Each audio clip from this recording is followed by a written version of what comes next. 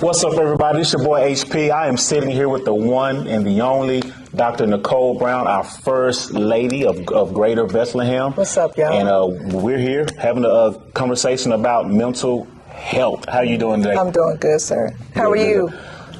I'm trying to get through this moment. Man, right? It's crazy. Yeah. We're going to get through it. Absolutely. Come on, man. We got it. We got it. Okay, so check this out.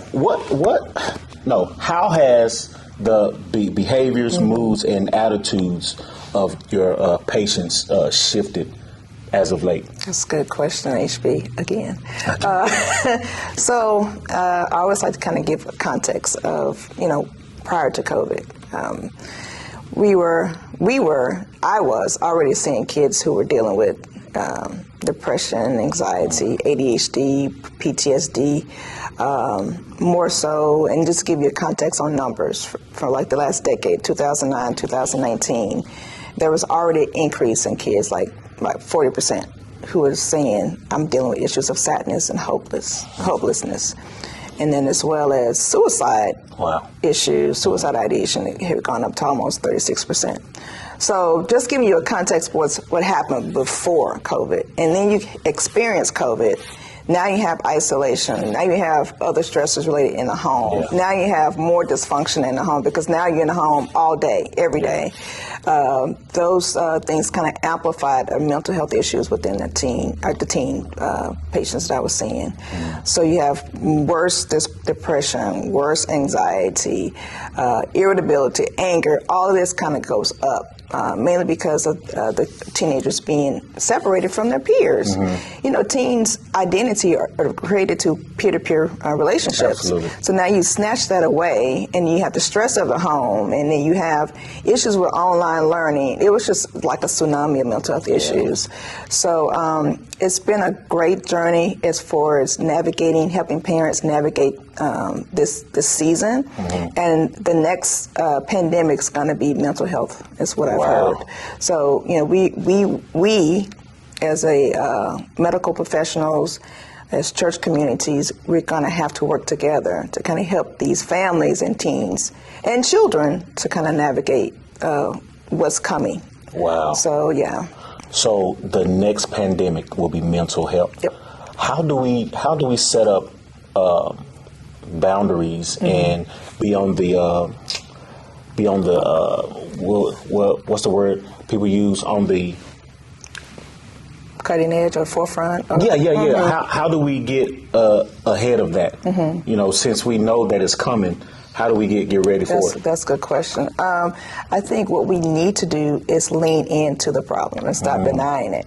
Acting like it's not there. Yeah, because what we see now is like people are moving past the pandemic. Mm-hmm. We're not wearing masks as much. People are out and about, socializing, and it's an appearance that things are okay, but things are not. Mm-hmm. We're seeing more parents that are on edge. We're seeing children and youth that are struggling still in school, their emotions. So it's recognizing the problem and then working collaboratively with other organizations who are doing it well. Getting counselors, psychologists, psychiatrists on board. That's going to help these kids navigate what they're experiencing, and not be afraid to have these discussions like you're having. Yeah. So creating platforms for parents can actually look and listen to what's really happening and not ignore the problem. So we have to work together to help these kids. What changes have you seen in parents? Has it been more urgency? Has it just been kind of like, I'll just take them to the doctor and let the doctor deal with it, or the parents more hands-on? I see a variety of all of it. So I've had parents who are like, something is off with my child. I need resources on what to do. And how do I, what do I do? My challenge has been trying to get them the resources that they need. I see a lot of Medicaid patients, and so sometimes Medicaid patients have difficulty navigating where to go. There are longer wait lists than before, so there were, probably a little bit more availability of resources prior to COVID, but a lot of that is saturated now. So finding them the resources to where they live that takes their Medicaid, that actually that actually allows them to not skip school. You know, you have a lot of kids who are having health problems already who have skipped school. Now you have mental health issues where they have to go to counseling, and it adds to the stress of academics and presence. Oh, so let's talk red flags. What are some red flags in your area of work? Come on, buddy. Peace. Red flags. Red flags. So for me, I try to take it from what I see. Yeah. Red flags could be changes in their attitude, changing in their sleeping habits, sleeping more, sleeping less, more time on social media, eating more, eating less. Did I say that already? Eating more, eating less, academic performances going down, their appearance is changing, their friends, the type of friends they socialize with changes, doing, things that they shouldn't be doing, alcohol, smoking, or whatever, sexual activity. Kids who were not, now they are. This is like a variety of things that you can notice. So do the kids actually come into your office and like tell you like, hey, I've been having sex and it's stressing me out? Like, no, they're not that. They're not that overt. Some, very few are. But I think I have a different approach when it comes to teenagers. I think they open up to you when you're more direct and more secure in you asking those questions. Are you sexually active? Or are you doing drugs? Or are you, how are you sleeping? How much are you eating? And so it's all about your approach with teenagers. So they don't come to you. I think they're waiting for you to ask those questions. I agree. And a lot of times with the flow of the schedule that we have, sometimes the pressure is just a pass through. My teenagers, they exhaust me because I feel like, okay, if I have 4 on the schedule, I feel like I have to spend as much time as I can with them because this might be the only time that we can discover things that's going on and I can kind of talk to them and pour into them. So no, they don't come readily available. They don't come ready to tell you their business, but they will tell you their business if they feel like you care. Absolutely, absolutely. So overall, what concerns you most concerning mental health? Like, what's your thing that was like, I wish this wasn't like this? That people would, that it wouldn't be a stigmatism for us, and that people will be more willing to embrace mental health versus anything else. That it would be a normal part of our conversations. When I see a child in the office or in the clinic, a lot of times they don't want to go to counseling. They don't want to open up beyond what I've actually uncovered, in the clinic. Because it's a trust issue. Right. And it takes energy to be able to trust somebody. And so they're afraid that they may not connect with that one person. And what I try to tell them, you have to talk to someone beyond me. You have to have those conversations. And you have to be willing to open up yourself for, okay, well, this person didn't work out. Let's find another one. A lot of times, teenagers are just struggling with their own identity. So having somebody to come in to kind of help, having someone to kind of like a stranger coming in, uncovering things about them that they may not be able to express can be kind of difficult and daunting. Okay. I hope that answers your question. Perfectly. So what are your thoughts concerning just the term mental health? Should it be changed? Is that name okay? Like, because when you hear it, it's like almost like, okay, that person has a problem, like they're mental, like they're. So what are your thoughts just surrounding like that word mental health? I think we have to change our approach and maybe create a new word. Because when you talk about mental health, we may think about people like Kanye West. That's my guy too, by the way. Lay off of him.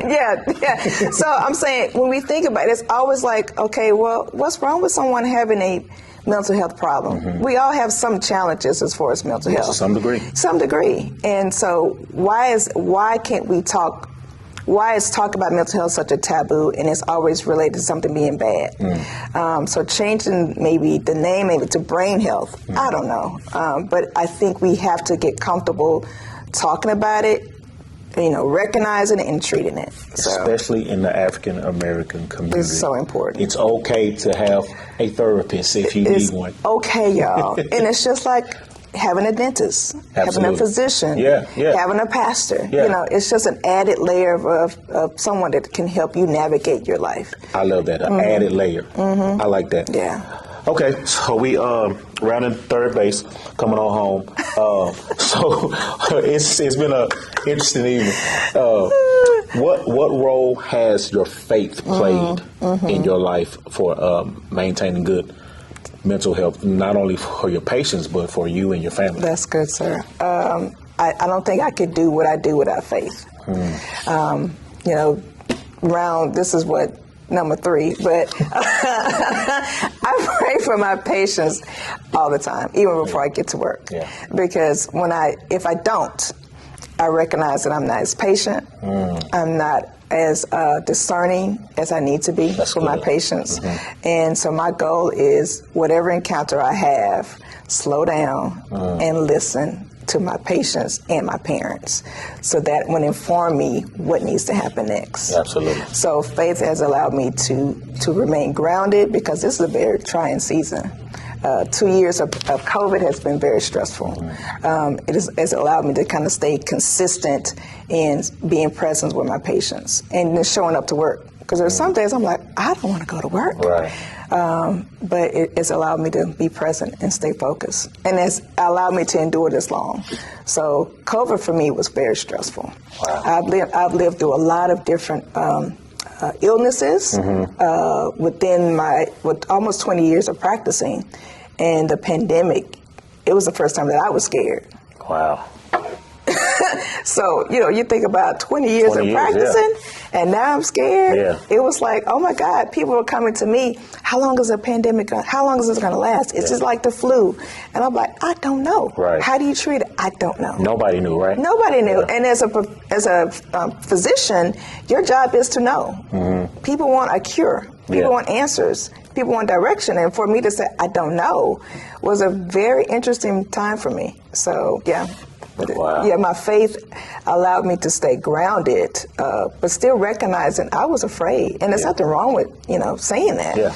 Because now I can say, okay, God, you are the one who controls all of this that's happening, so I need to trust you first. Absolutely. And then let it all kind of pan out from there. Absolutely.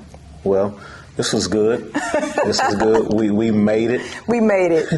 Thank you again for sticking it out with all of the interruptions. This has been fun, HP. Y'all, I forgot to go about that last time. And we were rolling. Oh my man. God. That segment was real good, but hey, this one was good too. And I hope you guys are liking, sharing, and commenting. Make sure somebody sees this clip that needs to see it. Okay? So until next time, catch you later. Use up. Use up. Peace. Bye.